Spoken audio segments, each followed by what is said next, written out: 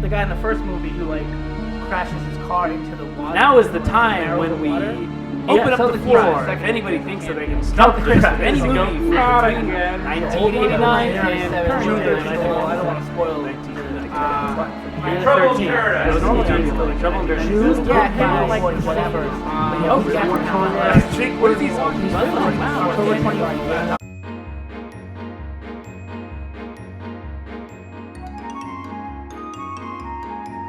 See you. How are you?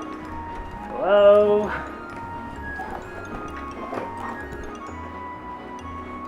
Hello, and welcome to Movie Date, the only show where an idiot and a smart person review movies from the 1990s. My name is Stoney Sharp, and I reluctantly am an idiot because I realized after trying all the other incarnations, it just is catchier that way. Chris is a smart person, and Chris, would you remind our audience at home why we say you're a smart person? Well, we'll be doing movie release dates from 89 until present day. See if I can remember that. I thought you said it was until 2000. Well, 2000 is like, after that it gets a little fuzzy, but like the golden age, or like the best time to remember is 89 to like 2000. When was the Golden Compass? Golden Compass was 2007, December 7th. All right. Yeah. Today's episode of Movie Date was brought to you by Bud Light. There's a mountain stream in every can. So, how do we start this? I forget. This episode of Movie Date, as has been the case in the past 3, has a secret theme to some of the movies, and we'll see if Chris can crack the code, the Da Vinci Code, which was released on May 19th, 2006. That's right. Nice. I have 2 different categories. All right. One has the secret, what is it called? The theme. The theme, yeah. And then the other, I just found interesting. All right. This is from the list of the worst movies of the 90s. All right. Number 1, Highlander 2. Oh, I want to say, I think it'll be off here, November 8th, 1991. And Russell Mulcahy directed that movie, Highlander 2, right? Yeah. He had 2 movies out in the theater at the same time. Ricochet, which came out October 1st, 1991, and then Highlander 2, which I think was November 8th, 1991. I remember thinking that Highlander 2 they had perfected it.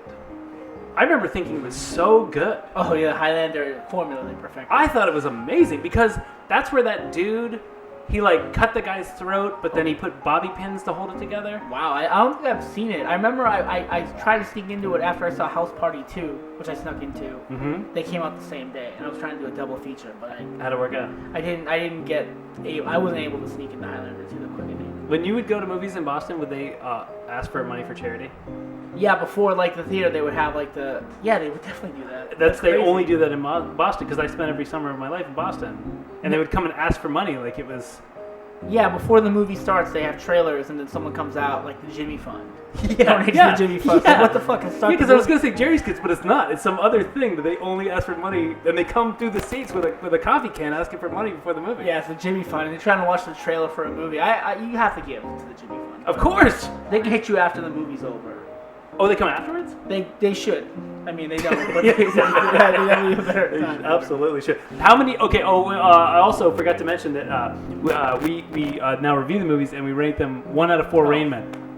Go ahead. What do you give? I have never seen Highlander 2, but based off the first one, I'll give it 4 Rain Men because the first one's great. I mean, I thought you were gonna fuck with it because it's on the worst movies list, but I will give it a 3 Rain Men because it had some very disturbing imagery that I thought was cool. Like the bobby pin. The bobby pin holding his neck together. It's Pat. That's a tough one. I'm gonna say August 28th, 1994. Is anybody checking that? Because I don't think you seem sure about that. That could be. I wasn't sure. That could be the release date in Boston, but I actually 94 August 28th is what I'm gonna go with. Did you see it? No, I've never seen it. You know what the August 18th, 1995. 1995? You were off by a year? No, I have August 26th, 1994. Yeah, I said 28th, so 26th must have been the premiere because that's a Wednesday. Unless it was a rare Wednesday release. But August, so that week, right? I was off by 2 days, but Wait, what does it say for August 26, 1994? Premiere?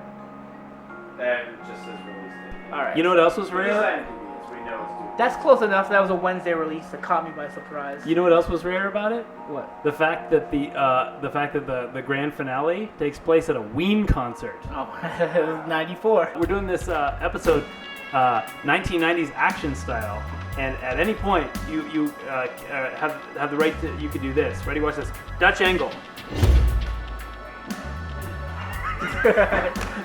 You went from Dutch to straight. Go like this. Dutch angle. No, that's a little extreme. Just go like this. Watch this. Just go. Boop. Yeah, that's a Dutch angle. Yeah. Okay. Let's watch it. Ready? Once again. Oh, I forgot to tell you. There's a. Hold on.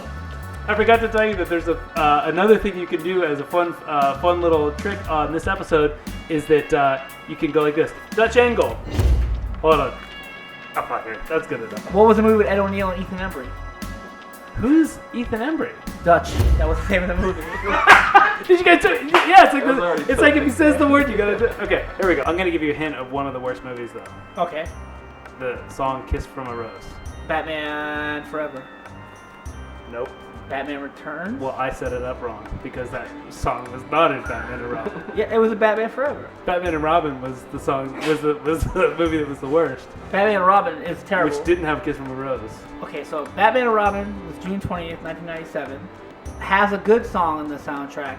Boom. Thugs in Harmony. Look into my eyes. First of the month? Nope. But this is after first of the month. Batman and Robin.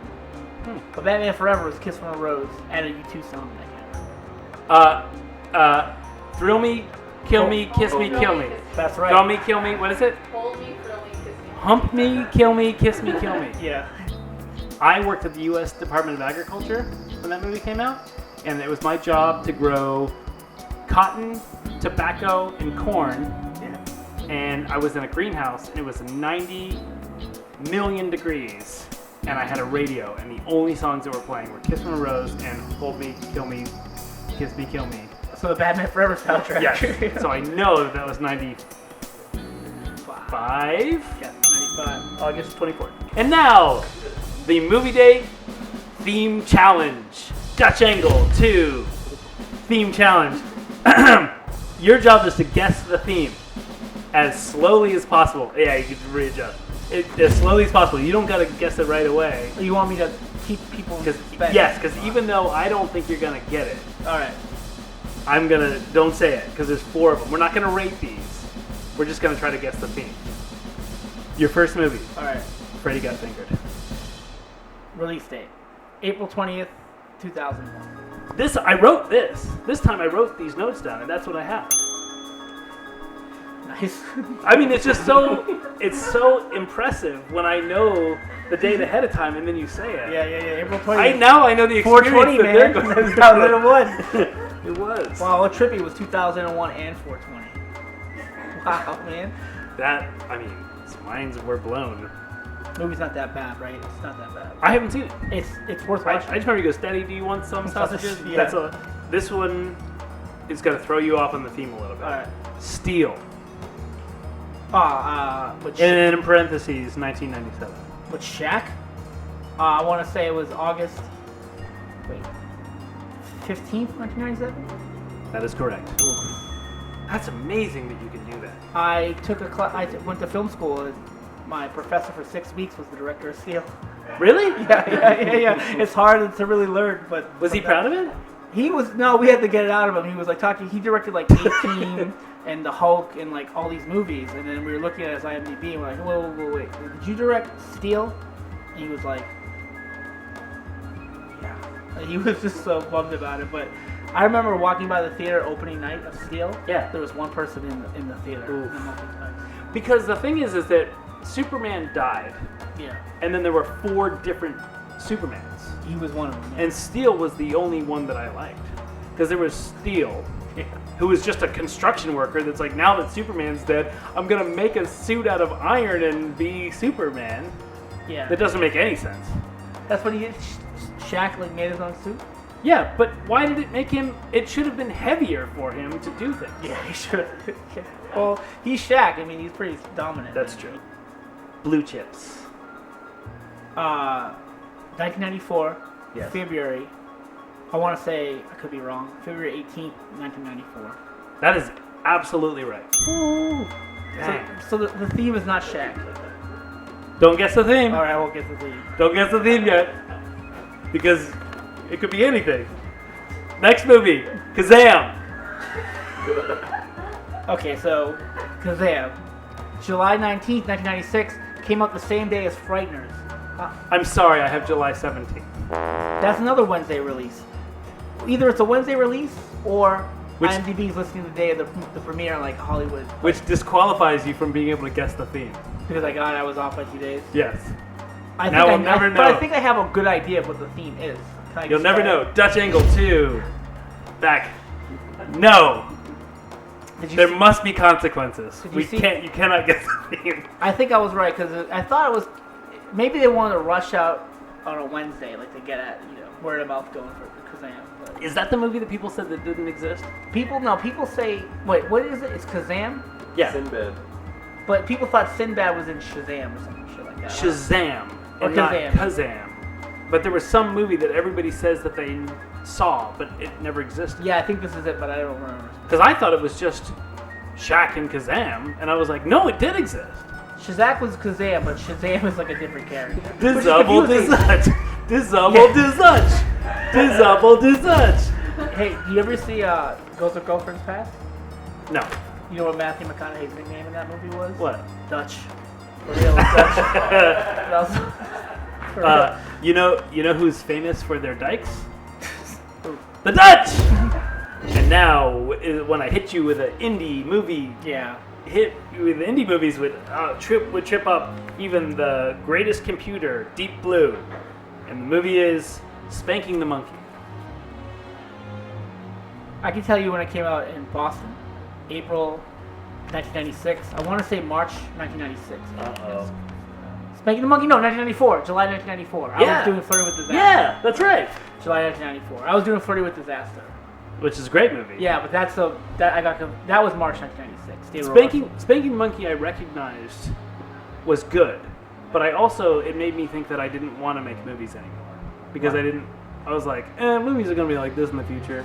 Yeah. It's okay. It's good. I'm not saying it's bad. It's very competent. I'm like, it just bumped me out. It's about a guy who, every time he tries to jerk off, he is interrupted. And then finally he has the opportunity, and should I spoil it? No, it's been 30 years. It's been 30 years. And then he has sex with his own mom. Yeah, it's about incest. And she has a cast on in her leg.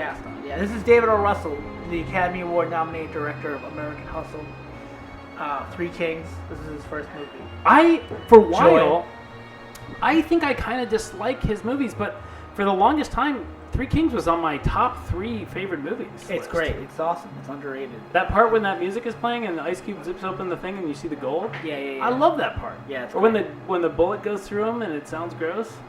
Yeah, that's great.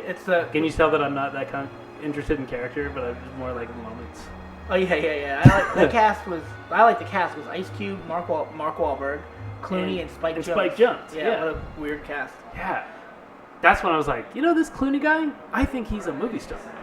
Yeah. And now we're going to the next segment with a Dutch Angle to talk about the movie that we always review every single episode of this show, which is not the best movie of the 90s, but I really liked it.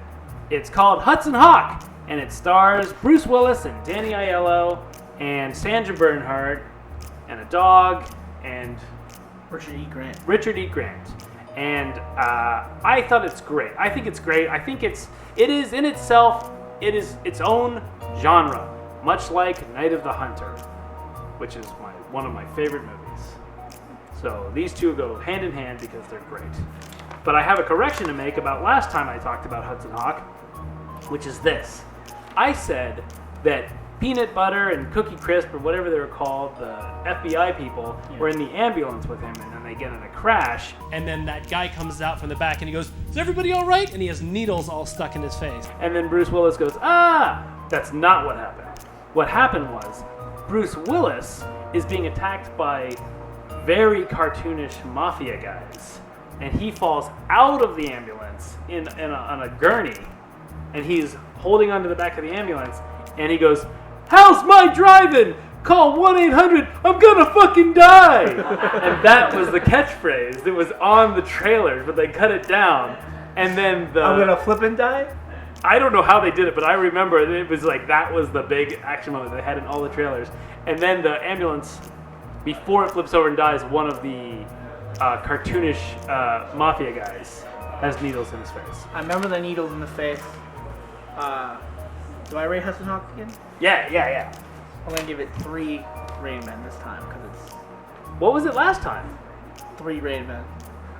I'm gonna give it 4 Rain Man because I like it so much. And the correction makes it like it sounds way better with that scene that you just described. It's such a hard pitch on a joke. Bruce Willis is kind of the Jersey Mark Wahlberg. He's got the Yeah. same kind of Jersey. Like he So- doesn't really sound anymore, but when he first was in those movies, he sounded way more like East Coast than he does now, right? He honks on the bobo. What's the name of his His band is Yeah. called like, Bruno? Bruno. oh brother, is it really? Yeah, Return of the Bruno is the name of his album. And we'll know more about Bruno, as well as William Conrad, the narrator of Hudson Hawk, who also played Manimal, on the next movie date. Thanks, man. Thanks so much. That was a good time. Looking at the bobo. Thanks for all these people coming by. That was awesome, man. Like, you guys had to sit here and watch us. Yeah, it was kind of boring. We were